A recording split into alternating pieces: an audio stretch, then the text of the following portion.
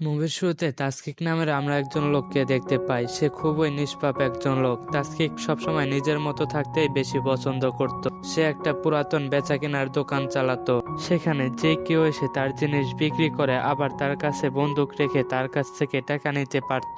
Taskir building এর পাশেই প্রতিবেশী একটা মেয়ে ছিল যার নাম ছিল সনি। বিল্ডিং এর ওঠা নামার সময় প্রায়ই তার সাথে দেখা হতো। সনি তাসকিককে নিজের বন্ধুর মতো ট্রিট করত, কিন্তু তাসকির কারো প্রতি ইন্টারেস্ট ছিল না। সে বেশিরভাগ সময় চুপচাপ নিজের মতো চলতো। তাসকিককে দেখেই বোঝা যেত যে নিশ্চয় তার কোনো ভয়ানক একটা অতীত আছে, যেটা তাকে একদম চুপচাপ বানিয়ে দিয়েছে। সনি মাঝে মাঝে এসে তাসকির সাথে গায়ে পড়ে গল্প করত। তাসকিও হয়তো মনে মনে ভাবছে মেয়েটা তাকে পছন্দ করত, তাই তাকে তেমন কিছু বলতো না। অন্যদিকে আমরা সনির মাকে দেখতে পাই। সে আসলে একটা বারের ডান্সার ছিল, আর সেই সাথে একজন ড্রাগ অ্যাডিক্টও ছিল। একদিন ক্লাবে পারফর্ম করার পর সনির মা কয়েক কোটি টাকা দামের একটি ড্রাগসের প্যাকেট খুঁজে পায়। সেটা নিয়ে সে বাড়িতে চলে আসে। বাড়িতে এসে প্যাকেটটা ক্যামেরার ব্যাগের ভিতরে ঢুকিয়ে তাসকির কাছে বন্দুক রাখে। আসলে সে প্যাকেটটা নিজের কাছে রাখেনি, কারণ যদি সে ধরা পড়ে তাহলে তার কাছে যেন কোনো প্রমাণ না থাকে। তাসকিকে আসলে সে একটা লকারের মতো ব্যবহার করতেছিল,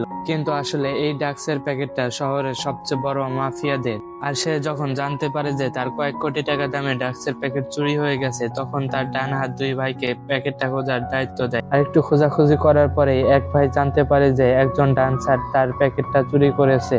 অন্যদিকে আমরা দেখতে পারি সনির মা ড্রাগস নিয়ে সনিকে রুম থেকে বের করে দিয়েছে, তাই সনি ভয়ে অনেক কান্নাকাটি করে। তারপর সে তাসকিকের কাছে এসে সাহায্য চায়। সে বলে যে আজকে আমার অনেক ভয় করছে, আজকের রাতটা আমি তোমার কাছে থাকতে চাই। তাসকি এ কথা শুনে একটা বালিশ দিয়ে তার রুমে ঘুমানোর জন্য জায়গা করে দেয়। এরপর সনি তাসকিকে বলে, তুমি কি জানো তোমাকে মানুষ ভূত বলে, কারণ তুমি একটা লাশের মতো ঘুরে বেড়াও, কারোর সাথে কোনো কথা বলো না। কিন্তু এটা শুনে তাসকিক তাকে ঘুমাতে বলে এবং সে সেখান থেকে চলে যায়। তখন আমরা দেখতে পারি সনির মায়ের অ্যাপার্টমেন্টে তার বয়ফ্রেন্ড এসেছে, আর সে তাকে টর্চার করে জিজ্ঞেস করতে থাকে, আমি শুনেছি তুমি নাকি অনেক টাকা দামের ড্রাগসের প্যাকেট চুরি করেছো, আর প্যাকেটটা কোথায় আছে এখনই আমাকে বলো, তা না হলে মাফিয়ারা তোমাকে মেরে ফেলবে। কিন্তু এরপরেও সনির মা প্যাকেটটি দিতে রাজি হয় না, কারণ সে চিন্তা করছিল ওই প্যাকেটটি সে নিজে বিক্রি করে অনেক টাকার মালিক হবে, আর অনেক টাকা পেলে তাদের জীবনটাও পাল্টে যাবে। তো এরপরের দিন সকালে তাসকিক ঘুম থেকে উঠে দেখতে পারে তার আঙ্গুলে একটা ইমোজি আঁকানো হয়েছে নেল পালিশ দিয়ে। আসলে সে যখন ঘুমিয়েছিল তখন সনি এসে এই কাজটা করেছে, আর সকালে সনি চলে যাওয়ার আগে তার জন্য ফ্রিজে একটি চিঠি রেখে গিয়েছে, যেটা পরে অনেকদিন পর তাসকি মুচকে হাসে। এরপর সেদিন যখন বিকেলবেলা তাসকি সনির স্কুলের পাশ দিয়ে যাচ্ছিল, সে খেয়াল করে দেখতে পারে একটা মহিলা তাসকিকে অনেক বকাবকি করতেছে আর বাজেভাবে মারছে। তাদের চিৎকার চেঁচামেচি দেখে সেখানে পুলিশ চলে আসে। তখন ওই মহিলাটা বলে সনি নাকি তার বাচ্চার ব্যাগ চুরি করার চেষ্টা করছে। তখন সনি বলে, আমি তো চুরি করতে চাইনি, আমি শুধু ওর ভাইয়ের ব্যাগের সাথে আমার ব্যাগটা মিলিয়ে দেখছিলাম কারটা বেশি সুন্দর। আর তখন পুলিশ সনিকে তার বাবা মার ব্যাপারে জিজ্ঞেস করে।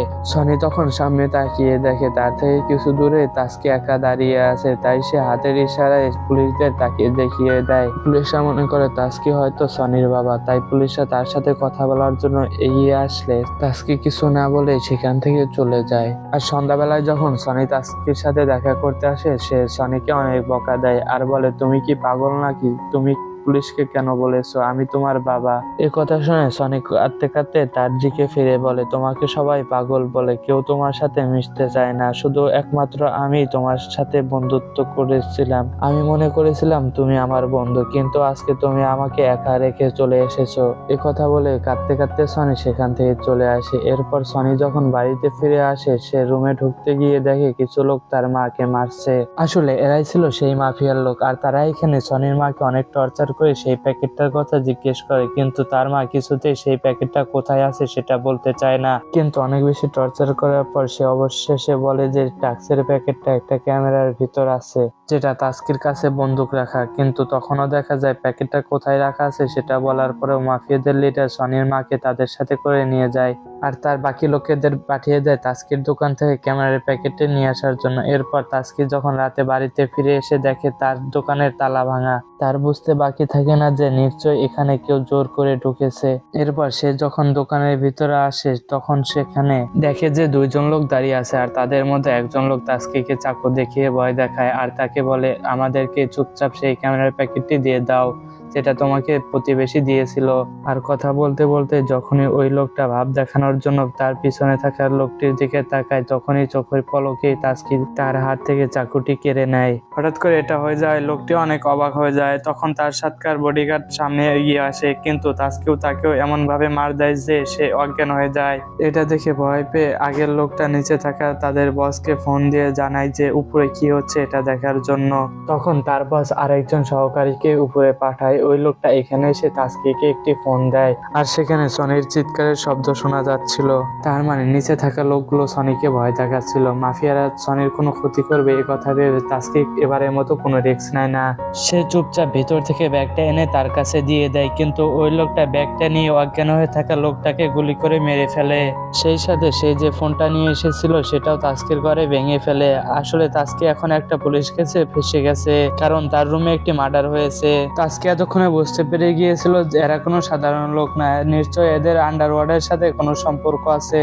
আর ডাক্স পাওয়ার পরেও তারা সনি এবং তার মাকে ছেড়ে না দিয়ে তাদের সাথে করে নিয়ে যায়। তাসকি যখন এটা বুঝতে পেরে নিচে নেমে আসে ততক্ষণে অনেক দেরি হয়ে গিয়েছিল, কারণ ততক্ষণে মাফিয়ারা গাড়ি নিয়ে অনেক দূরে চলে এসেছে। তাসকি বেশ কিছুক্ষণ দৌড়ে এসে বুঝতে পারে এভাবে সে কিছুই করতে পারবে না, তাই সে বাড়িতে ফিরে চিন্তা করে এখন কি করা যায়। প্রথমে সে পুলিশকে ফোন দেয় আর তাদেরকে সবকিছু খুলে বলে, কিন্তু পুলিশ যখন তার বাড়ি অ্যাড্রেস জিজ্ঞেস করে তখন সে চুপ হয়ে যায়, কারণ সে খেয়াল করে তার বাসায় একটা লাশ পড়ে আছে। তাই যদি সে এখন পুলিশকে এখানে আসতে বলে তাহলে সে নিজেও ফেসে যেতে পারে। ঠিক তখনই ওই লোকটা রেখে যাওয়া ফোনটা বেজে ওঠে। এই ফোনটা আসলে করেছিল মাফিয়াদের ডান হাত। আর ওই লোকটা ফোনে তাসকিকে বলে, তুমি যদি ওদেরকে জীবিত ফেরত চাও তাহলে তোমাকে আমার একটা কাজ করে দিতে হবে, আর তোমাকে কি করতে হবে সেটা কিছুক্ষণ পরেই মেসেজের মাধ্যমে জানানো হবে। তাসকি বাধ্য হয়ে তাদের কাজ করতে রাজি হয়, কারণ সে এবার কোনোভাবে সনিকে এই বিপদে একা রেখে ফিরে আসতে চায় না, কারণ সেদিন রাতে ছোট্ট মেয়েটার বলা কথাগুলো তার মনে গিয়ে লেগেছিল।